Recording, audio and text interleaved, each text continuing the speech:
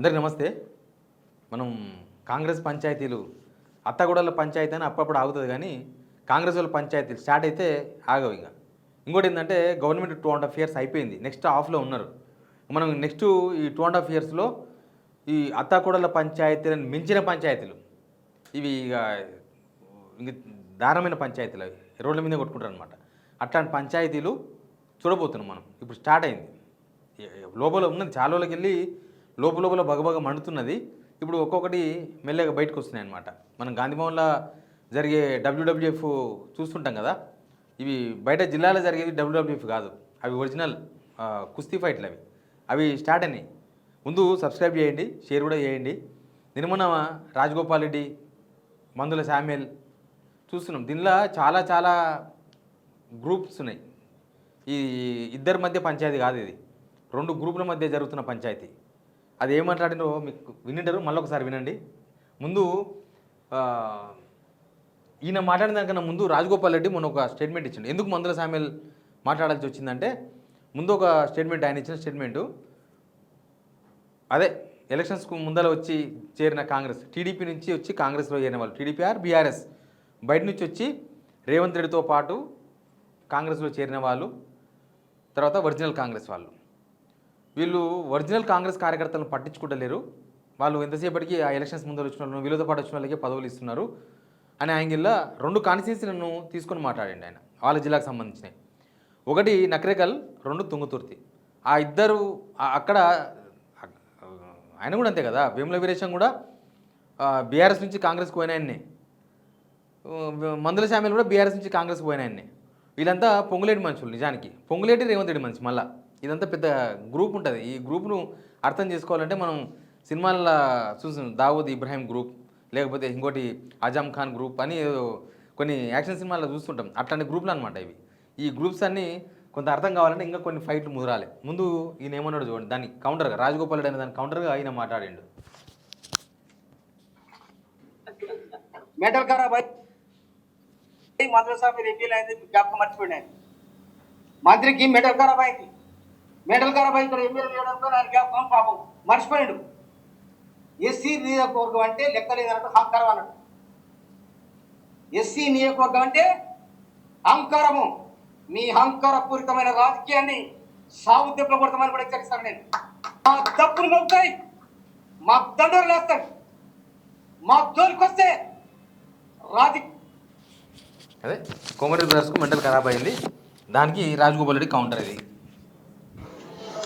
తుంగతుర్తిలో ఉన్న కాంగ్రెస్ పార్టీ కార్యకర్తలందరికీ ఒకటే మాట చెప్తున్నా, నా అభిమానులకు, నా పిలుపు మేరకు సామెల్ని గెలిపించిన మీరందరికీ కూడా నేను క్షమాపణ చెప్తున్నా. ఒక తప్పుడు వ్యక్తిని తీసుకొచ్చి టికెట్ ఇప్పించినా అని చెప్పి నాకు అర్థమైంది. మీకు క్షమాపణ చెప్తున్నా.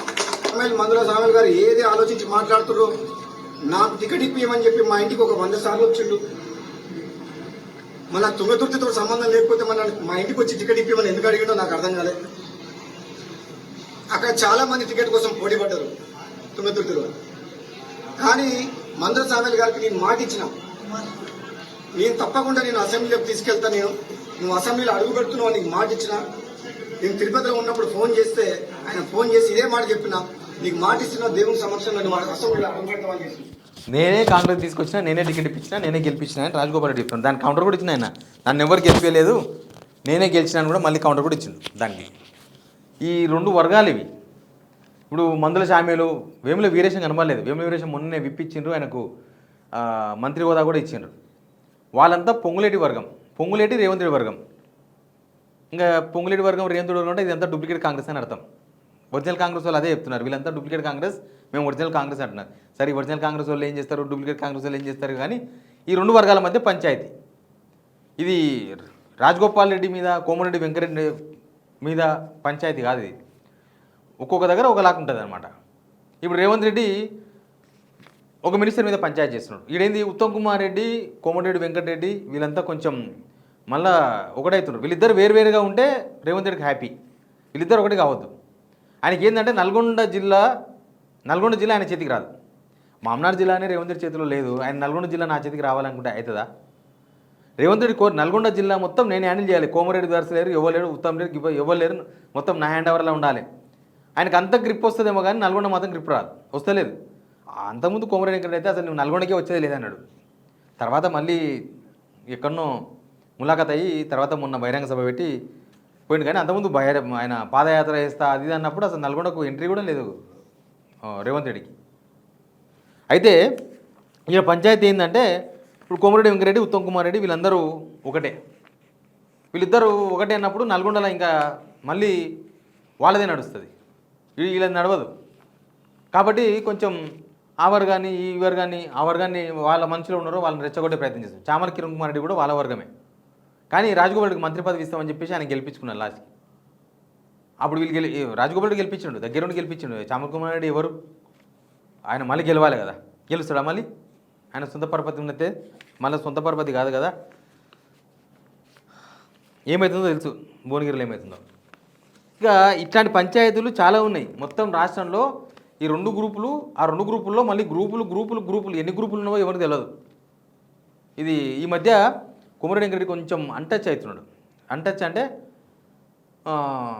ఆయనతో ఎందుకు టచ్లో ఉండో తెలియదు, కానీ అన్టచ్ మాత్రం అవుతున్నాడు. కొంచెం డిస్టెన్స్ మెయింటైన్ చేస్తున్నాడు రేవంత్ రెడ్డి విషయంలో. ఎందుకంటే పొంగులేటి శ్రీనివాసరెడ్డి మెయింటైన్ చేస్తున్నాడు రేవంత్ రెడ్డి. వాళ్ళిద్దరు ఒకటి, పొంగులేటి శ్రీనివాసరెడ్డి ఆయన. ఇప్పుడు అక్కడక్కడ మనకు అది ఇది ఏదో భూమి కబ్జాలు చేసే ప్రయత్నం చేసిండు, హైడ్రాన్ పెట్టి 4 ఎకరాలు రాపించుకునే ప్రయత్నం చేసిండు. అదంతా పొంగులేటి ఒక్కడేం చేయడు. పొంగులేటి ఉంటాడు, దాని వెనుక పెద్ద స్కెచ్ ఉంటుంది. పొంగులేటి వెనుక అందరు ఉంటారు. ఇంకా మళ్ళీ ముందర ఆయన ఉంటాడు. ఆయన కొద్దిగా అనుభవస్తుడు కాబట్టి దానిలో ప్లస్ మినిస్టర్ ఏమైతే నేను చూసుకుంటా, కానీ నేనే ఇరికితే కష్టం కదా అనేది రేవంత్ రెడ్డి స్టైల్ ఉండొచ్చు బహుశా. అట్లా నడుస్తుంటుంది. అదే దాని మీద వీళ్ళు ఏం చేస్తుంటారు అంటే ఊరికి ఢిల్లీకి లేఖలు రాస్తుంటారు. ఆ ఢిల్లీలో చేసేది ఏమి ఉండదు. వీళ్ళు రేఖలు రాసుడు మురిసిపోడు. ఆ లేఖలు వాళ్ళు చదువుతారో కూడా తెలియదు ఢిల్లీలో. చదివితే మరి ఇప్పటిదాకా ఎందుకు నడుస్తుంది? ఇప్పటిదాకా వాళ్ళదే నడుస్తుంది కదా కాంగ్రెస్లో. వీళ్ళు ఏమో నడుస్తుందా? రాజగోపాల్కి ఏమన్నా మంత్రి ఇచ్చిండ్రా? పనిలో పనిగా మంత్రుల శామ్యుల్ గారు నీకు మంత్రి పదవి రాకుండా చూస్తే నీకు మంత్రే రాదన్నాడు. రేవంత్ రెడ్డి కూడా ఇష్టం లేదు మంత్రి పదవి రావడం. రేవంత్ రెడ్డి కూడా ఈయనకు మంత్రి పదవి రావద్దనే కోరుకుంటుండు, మంత్రి పదవి ఇవ్వద్దనే అనుకుంటుండు ఆయన. ఇదంతా ఒకటే బ్యాచ్ అనమాట. ఎవరు ఉండాలి, మేము ఉండాలి, మీరు ఉండాలి అనే దగ్గర మొత్తం ఒక 50 నియోజకవర్గాలు ఉంటాయి ఇట్లాంటి పంచాయతీలు. ఇట్లాంటి పంచాయతీలు అంటే పాత కొత్త పంచాయతీలు, నువ్వా నేనా, ఆ పంచాయతీలు ఒక 50 కాన్స్టిట్యున్సీలు ఉంటాయి. ఇప్పుడు ఏంది కాంగ్రెస్లో పరిస్థితి అంటే తినతోడు తింటుండు, ఎండుతుంది ఎంతుంది. గవర్నమెంట్ వచ్చింది, 10 సంవత్సరాలు కష్టపడడం అని కాంగ్రెస్ కార్యకర్తలు చాలామందికి ఎండిపోయింది. కానీ ఎక్కడెక్కడి నుంచో వచ్చిన వాళ్ళు మాత్రం మంచి నిమ్మలంగా తింటారు, పచ్చగా ఉన్నారు. ఇప్పుడు చాలామందిని, కొంతమందిని రేవంత్ డైరెక్ట్ టార్గెట్ చేస్తున్నాడు. మిగతా వాళ్ళను వాళ్ళ మనుషులతోన వాళ్ళ ఎమ్మెల్యేలతోన టార్గెట్ చేపిస్తున్నాడు. ఇప్పుడు ఉత్తమ్ కుమార్ రెడ్డితో డైరెక్ట్ ఫైట్ రేవంత్ రెడ్డిది.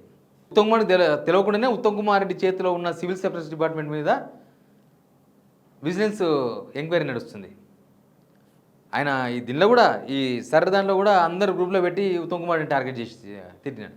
అసలు మినిస్టర్కి ఏమైనా వాల్యూ ఉందనుకుంటున్నారా? ఇక్కడ ఒక్క మినిస్టర్ మాట ఒక్క ఆఫీసర్ విన్నాడంట. అసలు వాళ్ళు ఎవరు మాట వింటున్నారంటే మరి రేవంత్ రెడ్డి మాట వింటున్నారా, రేవంత్ రెడ్డి వెనుక ఉండే షాడో క్యాబినెట్ మాటలు వింటున్నారా? అసలు వాళ్ళ మాట వింటే వీళ్ళకి ఏమొస్తుంది? మరి వాళ్ళు ఏమైనా చెప్పినరా మినిస్టర్స్ మాట వినొద్దని? ఒక్క పని కాదంటే మినిస్టర్ చెప్తే వాళ్ళ శాఖలలో, సొంత శాఖలలో అంటే వీళ్ళందరినీ డమ్మిల్ చేయడానికే స్కెచ్ చేసిండ్రు. అది వీళ్ళు గ్రహించినరో గ్రహించలేదో తెలియదు. వీళ్ళందరినీ ఒరిజినల్ ఎమ్మెల్యేలు కావచ్చు, ఒరిజినల్ లీడర్లు కావచ్చు, ఒరిజినల్ కార్యకర్తలు కావచ్చు, ఒరిజినల్ మినిస్టర్లు కావచ్చు, అందరినీ డమ్మిల్ చేసి పడేసి మొత్తం ప్రాంతీయ పార్టీ, కాంగ్రెస్ ఇస్ ద ప్రాంతీయ పార్టీ, అది రేవంత్ కాంగ్రెస్ పార్టీ అని చెప్పదలుచుకున్నాడో ఏమో తెలియదు. ఈ విషయాలు హైకమాండ్కి తెలుసో తెలియదో, వీళ్ళు ఏం చెప్పిండ్రో, మీనాక్షి నటరాజన్కి ఏం తెలుసో, ఆమె ఏం చెప్పిందో, అసలు ఎవరేం చెప్పిండ్రో ఏమేమి తెలియదు. ఈ పంచాయతీలు మనం ఇట్లాంటి ఎంటర్టైన్మెంట్, ఓపెన్ ఎంటర్టైన్మెంట్ ఇప్పుడు చూస్తున్నాం. మనం మొన్నటిదాకా ఎవరో కార్యకర్తలు, మండల స్థాయి లీడర్లు, జిల్లా స్థాయి లీడర్లు వాళ్ళు వీళ్ళు కొట్టుకుంటూ చూసినాం కదా. రేపు ఎమ్మెల్యేలు మినిస్టర్లు ఎమ్మెల్యేలు